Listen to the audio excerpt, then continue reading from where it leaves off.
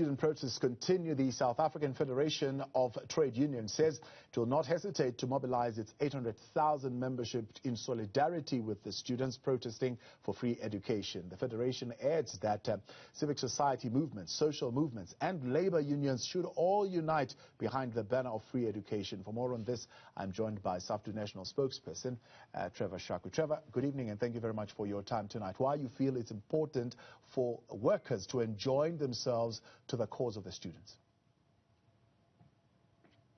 Evening to you and your viewers, Tabo. As the South African Federation of Trade Unions, we are guided by Marxist-Leninism, and the central theme of our Central Committee in 2019 resolved that we are committed to building a working class power. Now, it necessarily follows out of that to build a working class power, you really need to unite all sections of the working class. That is the students in campuses and schools, the communities, and the labor movement behind any of the social basic needs which we have put forth in that particular resolutions and declaration of the Central Executive Committee.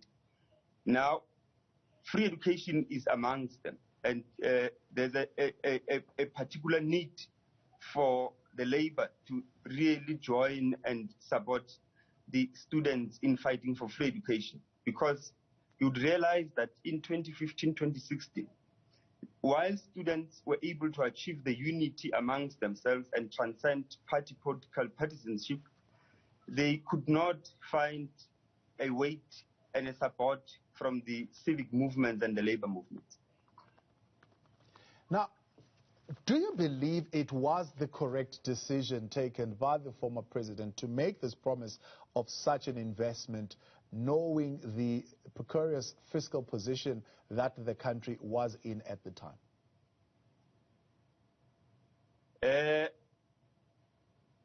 I think our position as a federation is that free education must prevail. Now, former President Zuma may have taken the decision opportunistically. And in fact, Sunday Times reported that he had not consulted with the Department of Higher Education, and opportunistically on the eve of the 54th National Congress of the ANC, then decided to announce that government will roll out free education for the poor and the working class. That being said, as a federation, we have taken a position that indeed there are various things which could fit into funding of free education in the country. For instance, one of the demands which we have put forth is the nationalization of the strategic commanding heights of the economy, with which we believe that money sourced out of that could be able to pay free education.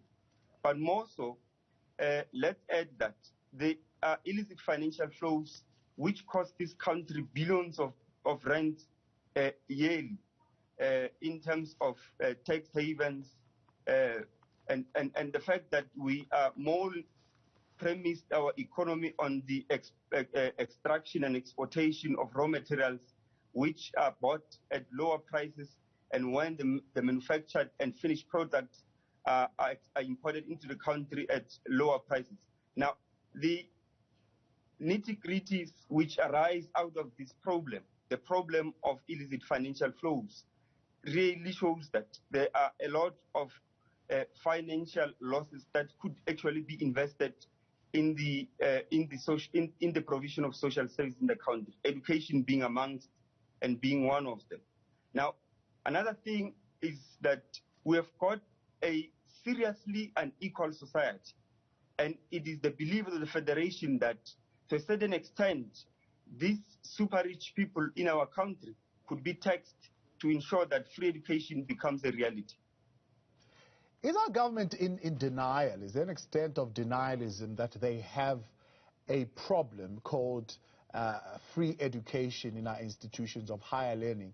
And therefore, they are not prioritizing this in their conversations around budgets, for example, around how money is going to be spent and what will be prioritized?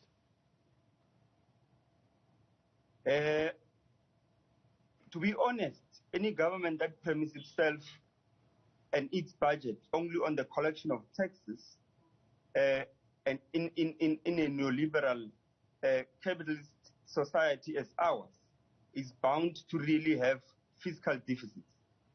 Now, this is the reason why we actually say, let's move beyond the premising of the economy on the few who super exploit the workers and pile the richness out of those sweats of our workers, but more importantly, out of the natural resources of this country.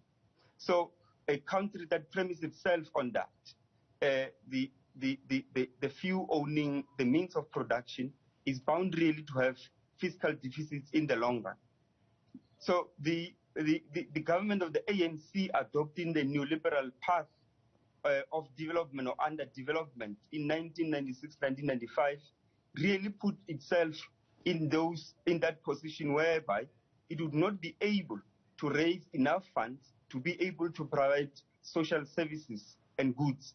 And this is the reason why it has been privatizing the provision of these goods and services in some of the cities, but more importantly, also trying by all means to privatize the SOEs at the current moment. But more importantly, if you look back at Thabo, you'll realize that they began with the National Framework Agreement in 1995, the accord which led them actually to start rolling out the program of privatization, starting with Telkom, which also led to restructuring and retrenchment, but more importantly in the provision of social services and goods, trying to integrate the Vista colleges into comprehensive universities, but also leading to the closure and the collapse of the teacher training colleges in the country. So it is inherent in an economy and a government that bases itself and its entire budget on the collection of taxes from income, from corporate.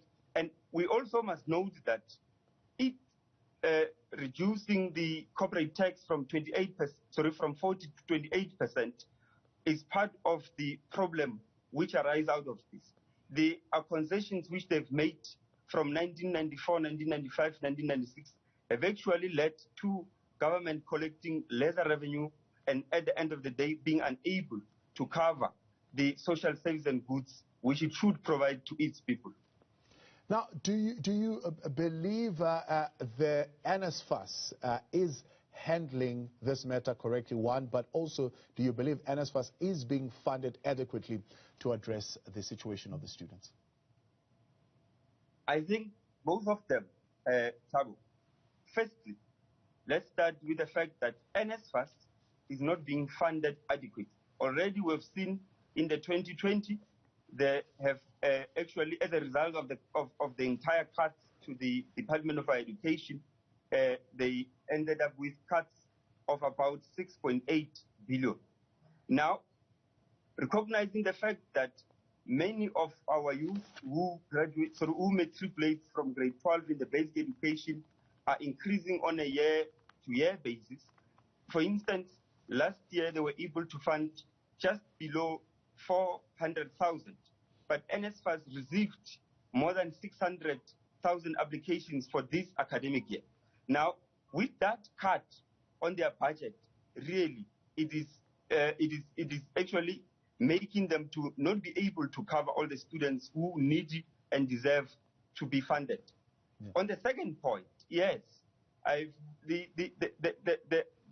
is proof or allegations that the fundings at Nsfas have actually been mismanaged, and people who are not qualified up to the level that they can be able to adequately run that entity have been employed there. So the citizen actually reported today that there are mismanagements there, and there will be an investigation into those corrupt activities at that particular entity. Yeah. Trevor, do you agree there is, for example, an overall challenge in the country of being under-skilled, particularly when we speak of the labor force, right? Now, there is a suggestion coming from the Triple BEE Commission that there is this fund that the employers pay over to SETAs that is supposed to be used to pay for the development of the skills of the employees by the employer. They're saying there's a whole lot of money that's sitting there, and this could be money that could be used to fund free education. What's the feeling of SAFTU on that? This speaks to prioritization, but we can also we also cannot ignore the fact that there's a lot of youth in the country, and also let me start with the employees who really require upskilling and also training in their particular trades. So as far as that is concerned, the SETAs are in a better position to be able to deliver that. But of course, the fact that the department and other commentators want to say that government must shift money from here to there is actually a solution that would not lead us anywhere. Just this morning, I read also on the Citizen that they are trying, on the business day, that they are trying to go and take money from the fund that is responsible for upskilling of people, 3.3 billion, so that they can be able to assist Nsfas. So in this way, it is only on the basis that the budget itself of government is not adequate because it relies wholesale on taxation, is not adequate to cover all these basic services. So mostly these people would come and try by all means to say this money should be shifted from this department to that department. But that does not really provide a long-term solution for our country and provision of services for the people and the citizens who are in dire need. But in the short term, if 51% of that money is underutilized and it's just, I suppose, sitting there, for lack of a better word, should it not be then directed to better use?